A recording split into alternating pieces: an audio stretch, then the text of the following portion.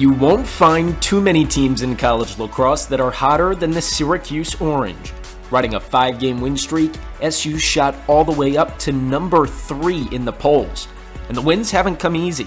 It's had to beat 3 ranked teams along the way. But today, the third best team in the nation has to go on the road to take on the best team in the nation. Notre Dame, the defending national champions, has Syracuse's number as of late. 6 straight wins in the head-to-head series brings the all-time record to 10 wins apiece. It's the biggest test of the year for the Cuse, and we'll break it down right here on Cuse Countdown.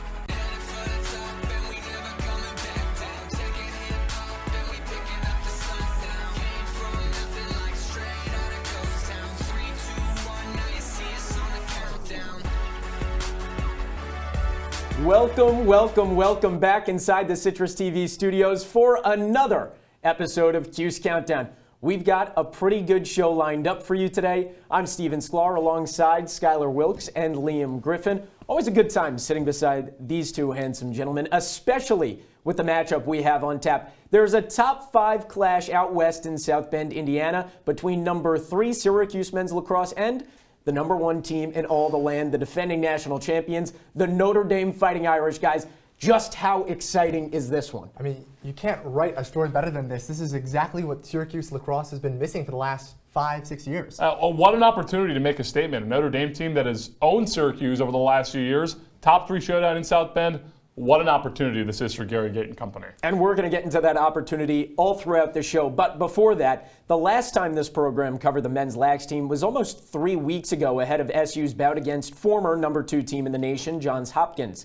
The Orange, on the other hand, barely cracked the top 10 in the rankings, but including their win over the Blue Jays and a victory over High Point before that, the Cuse have rattled off 5 straight wins, 3 of them against ranked competition. Guys, is there one that sticks out to you in particular?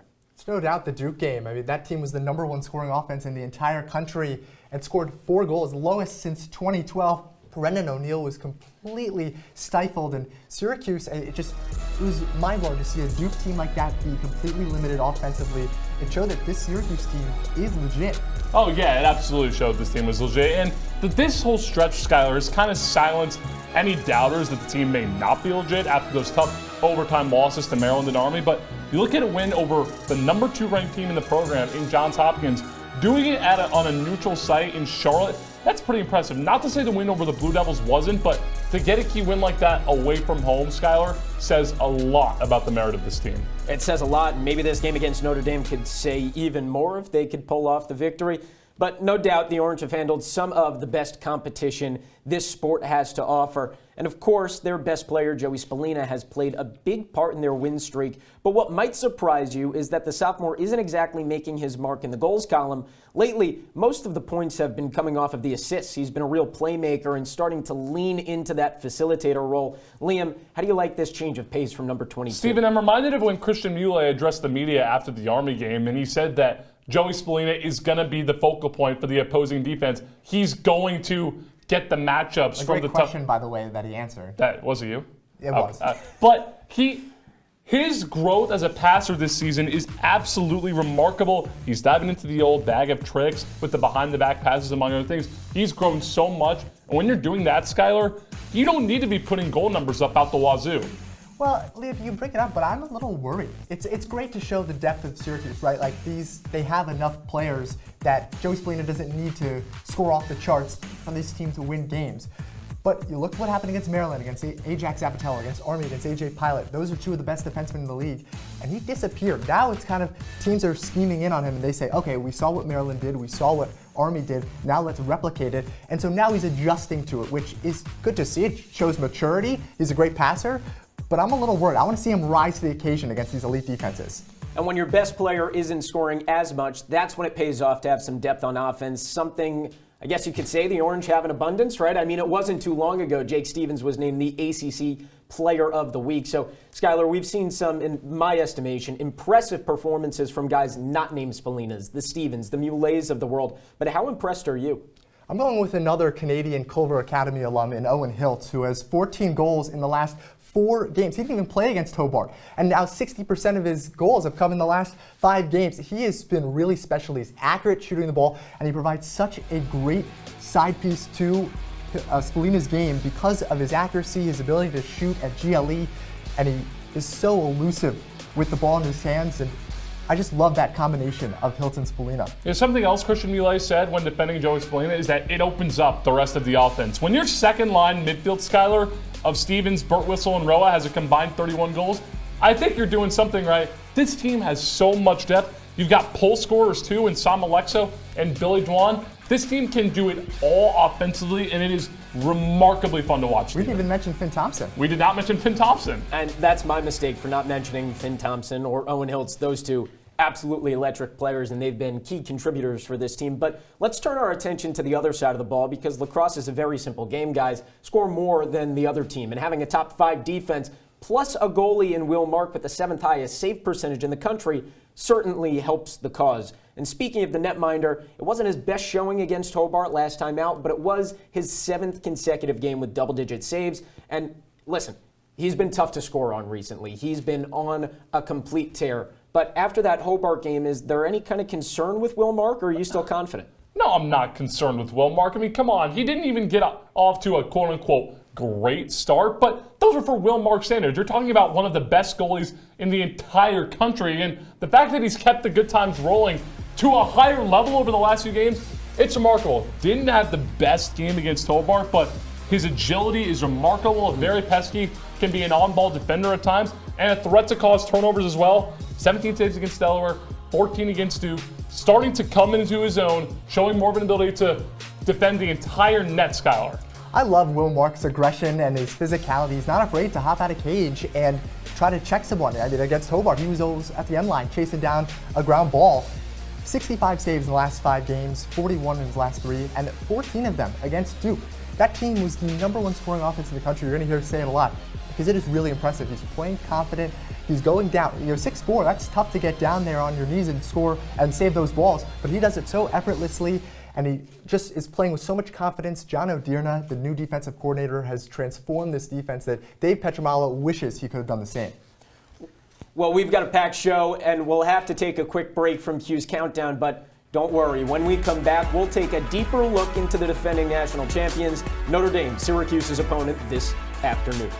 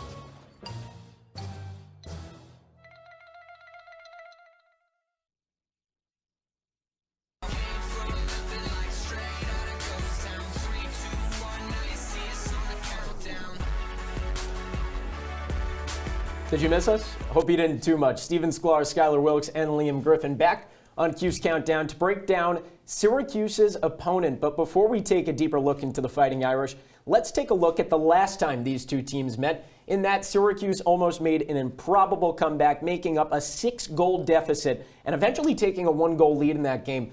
But the Irish did what the Irish seemingly always do against Syracuse, and that's stormed back, finished off their ACC rival on a 9-goal run. That was just the latest episode of what's been a pretty one-sided affair between these two squads, but man, did this one in particular sting. Well, it's because of that questionable call, right? There was that near goal that the refs somehow called back, and it just seemed to drain all the momentum out of the building. Obviously, you have to play perfect lacrosse if you want to beat a national championship caliber team like Notre Dame. And Syracuse just didn't have it, right? An 8-0 run is unacceptable in the second half, especially when you work all the way back and you look at the roster from that team from Syracuse. Alex Simmons was the leading goal scorer. He's gone. Cole Kurse. So you need the guys that we talked about before, like Thompson, like Hiltz, to really step up and provide for the Orange. Yeah, that goal was turned back by a rule that is in the rule book, but given that it was a stupid rule, you can kind of push it off to the wayside a bit. But it spurred Notre Dame to 9 straight goals. That really drained Syracuse's momentum. I don't want to say that was the only reason that Syracuse lost, but it ended up being the same old story. Notre Dame blows out Syracuse. Same old, same old. I mean, the Cuse have seen firsthand these last few seasons what makes Notre Dame the championship caliber team that it proved to be. And one big reason why is the head coach, Kevin Corrigan, the longest tenured coach in the NCAA, finally claimed his elusive first title in 2023, but he proved himself to be one of the top coaches, maybe ever, long before that. And Corrigan has the Irish in a position to do it again, Liam. The question is, what makes him such a difference maker? Well, he's been through it all, has Kevin Corrigan. You're talking about a guy who took Notre Dame when it wasn't even a Division I lacrosse program, and now look where the Irish are at the pinnacle of the college lacrosse world. He's right up there, Stephen, with the John Tillmans of the world over at Maryland. First national championship in program history last year. He's got Notre Dame City pretty this year as well. 5-1. The lone loss was in overtime. You got Lars Tiffany, John Danowski, 2 great coaches at Duke and Virginia in the ACC. They do not have anywhere near the threshhold that Kevin Corrigan holds, Skyler. I don't know. I feel like, one championship in 36 years, you'd like a little bit more. But yeah, Kevin Corrigan deserves a whole lot of credit. And it comes from his background. He comes from a lacrosse family. His dad was the head coach at UVA, he's in the National Lacrosse Hall of Fame. So it's in his blood, but he's done such a tremendous job building this program, like you mentioned, Liam, up from the ground up. And it's an attractive place to play because of the academics, and they've created a real culture and a great job developing players. And Kevin Corrigan deserves all the credit. I just don't know if I'd put him up with a John Danowski or a Lars Tiffany quite yet. Well, maybe not all the credit, because Corrigan's got himself a pretty good offense. And by pretty good, I mean utterly dominant. You guys ready for some of the numbers that we've got going on with this Irish offense? They have the top scoring offense, the top man-up offense in the country, the highest shooting percentage in the nation, the most points per game in the nation. I mean, the list just keeps on going when it comes to this Fighting Irish offense. They're one of the best in the sport. So, Skyler, safe to say that SU's defensive front has a tall task in front of them? Stephen, I think that's putting it a little lightly. This offense is absolutely elite. And look at the Kavanaugh brothers. What Pat Kavanaugh does with a lacrosse ball on his stick is something special. I don't think we've seen it really, besides maybe Brendan Oil, maybe. A phenomenal passer. He's the program's all-time leader in assists. And when you compare that with the chemistry he has with his brother Chris, it takes it up a notch. And Jake Taylor is that great third weapon. I mean, how do you have enough guys to guard all of their weapons? And even, I know Steven is a big fan of Jordan Faison, the true freshman who is a star on the football team as well. You just continue to build weapons, and that 3-headed monster is so scary. I wouldn't want to be a Syracuse defender. The fact that Pat Kavanaugh has 7 goals and Notre Dame is still 5-1 speaks to how dominant this offense is. Chris Kavanaugh, 16 goals, Jake Taylor, 22. Scoring options like Devin McClain, like Faison, like Eric Dobson. Skyler, their well-roundedness rivals that of Syracuse. In the Duke game, we kind of saw the D hone in on one guy, being Brendan O'Neill. Worked out. Oh no, you've got quite a few guys to work with on this Notre Dame offense, Stephen. And while we're talking about just how spoiled the Fighting Irish actually are, we have to mention their netminder, Liam Entenmann. A season ago, consensus first-team All-American and the NCAA Tournament Most Outstanding Player. He's still really good in 2024, but maybe slightly worse than the prior campaign.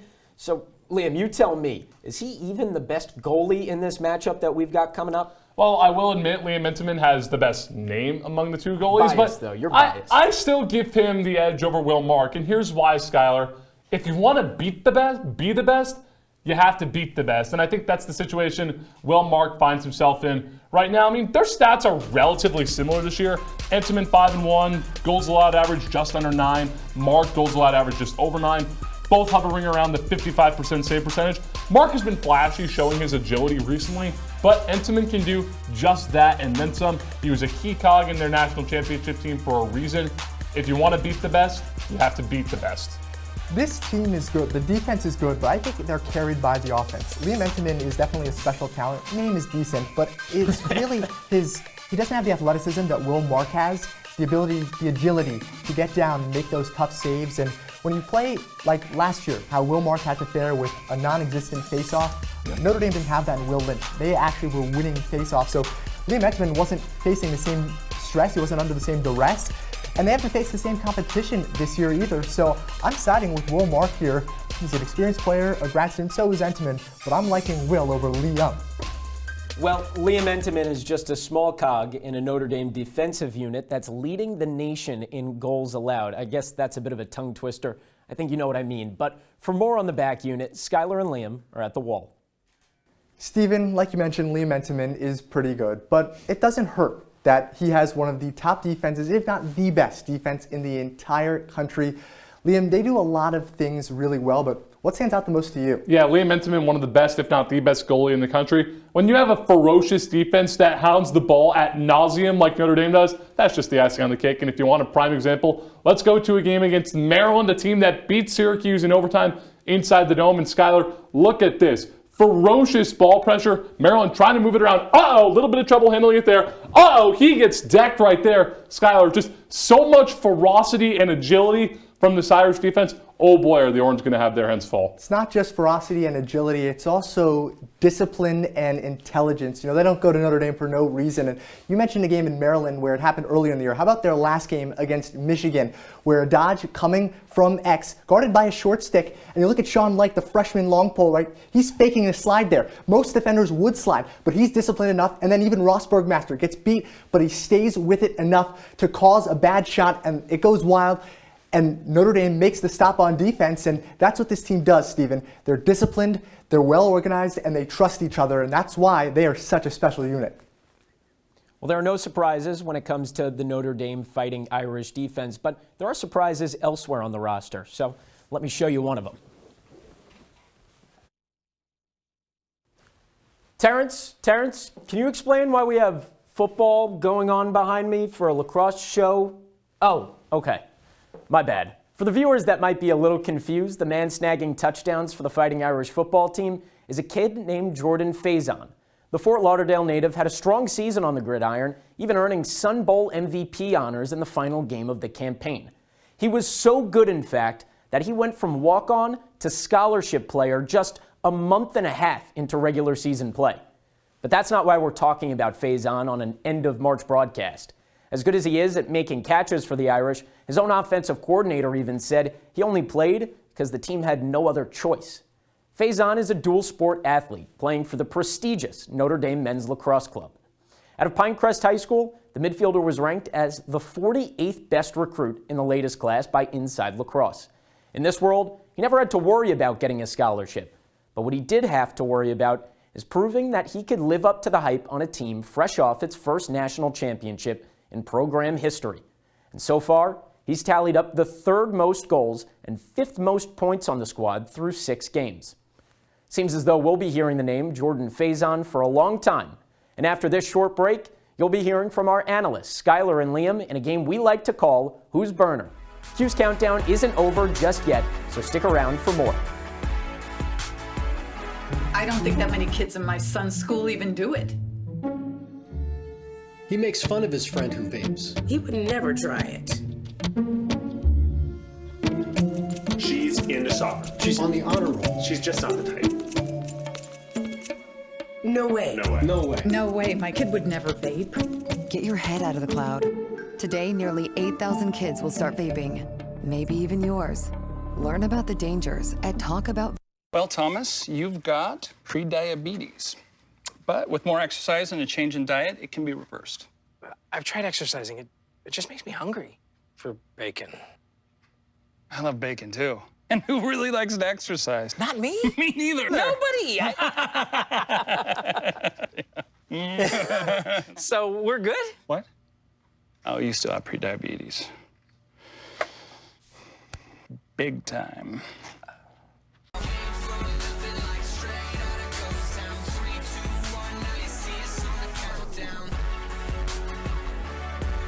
We're back on Cuse Countdown inside the CitrusTV studios, and let's go around the horn one more time. Steven Sklar, Skyler Wilkes, and Liam Griffin.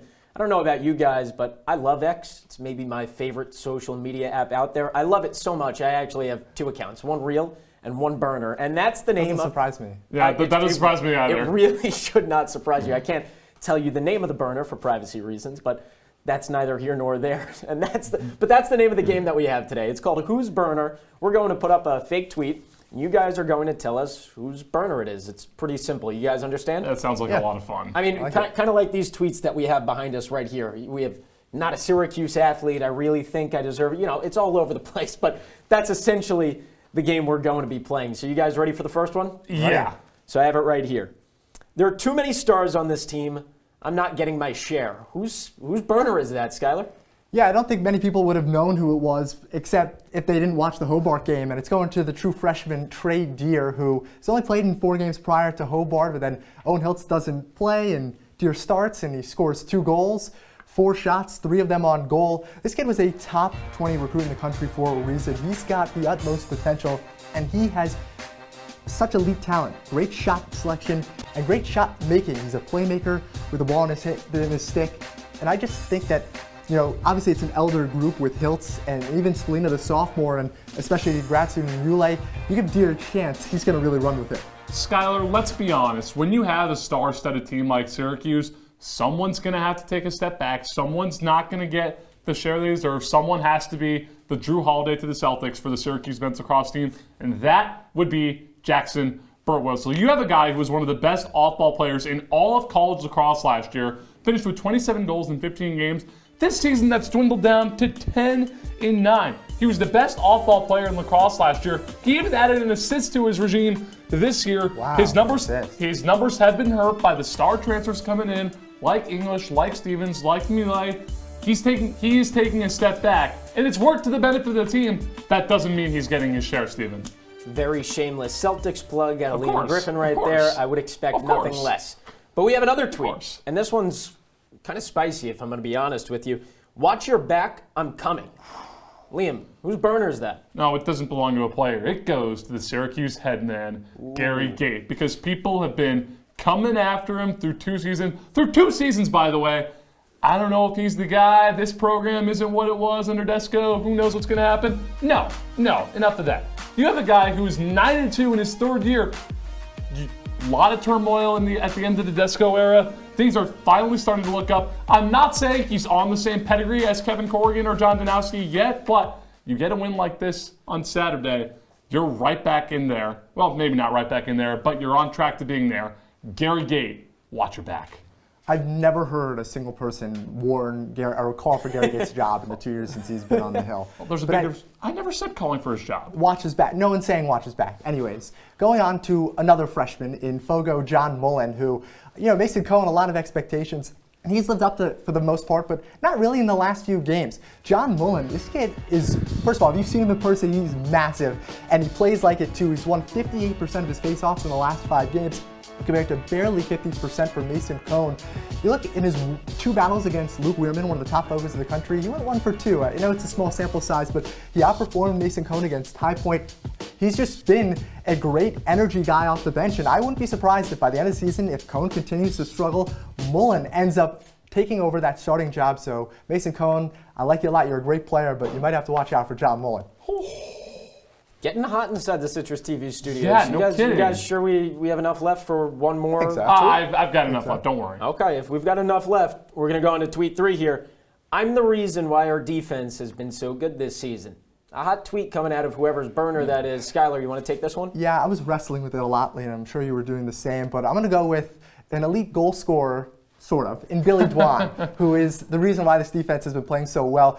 Who would have thought the word shutting down and Brendan O'Neill would go in the same sentence? And that's exactly what Dwan did against Duke. 1 shot, 11 shots, 3 on goal, 1 goal for Brendan O'Neill. That has only happened one other time this season. He has been tasked with guarding every other team's best player, and he's done a fantastic job.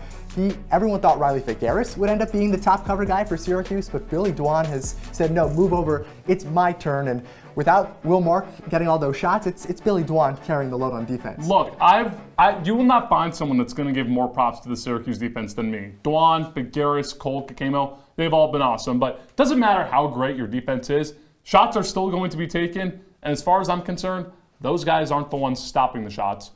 Will Mark is. Rough start, please, come on. This guy is still one of, if not the best goaltenders in all of college lacrosse. 9-2 record on the season, despite what many are calling a quote-unquote rough start. Enough, goodbye. Look at how he's elevated his game recently. He's rising as the season goes along. As the schedule gets tougher, the Orange defense will go as far as Will Mark takes it, Steven. Well, it's been a lot of fun playing this one with you guys, but unfortunately, we have to go away for a little bit. Let's do this again, though. This was a lot of fun, all right? But when we come back, we'll be wrapping up shop on Cuse Countdown. We'll be shifting gears just a little bit. Don't go anywhere. Won't want to miss it. Here's your check.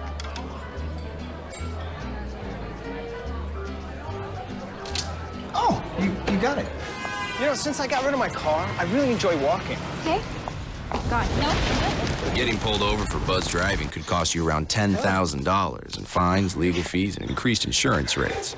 Oh, you're home early. You live with your mom? That'll set your game back a few years.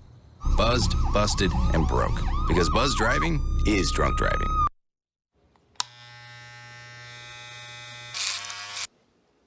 You've messed up your son's haircut. Mom? Do you A, try to fix it? Like it never happened. B, work with what you got?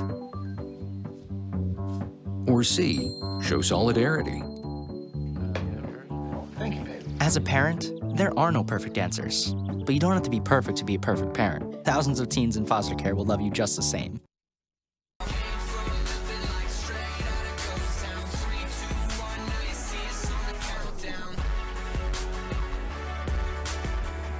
For the final time this episode, welcome back inside the CitrusTV studios for Cuse Countdown. Steven Sklar, Skyler Wilkes, and Liam Griffin. And we are in the home stretch now, guys. Great show so far. A lot to cover with this matchup we've got coming up. It's going to be, like I said at the beginning, very exciting, I think. Skyler, I believe you said it at the start of the show. I'll add to it. Game of the year so far. No doubt. This is a special match, two special teams, legendary historic programs, and Syracuse, this could be, we said Duke was the biggest one of the Gary Gate era. Not anymore. This one would over it.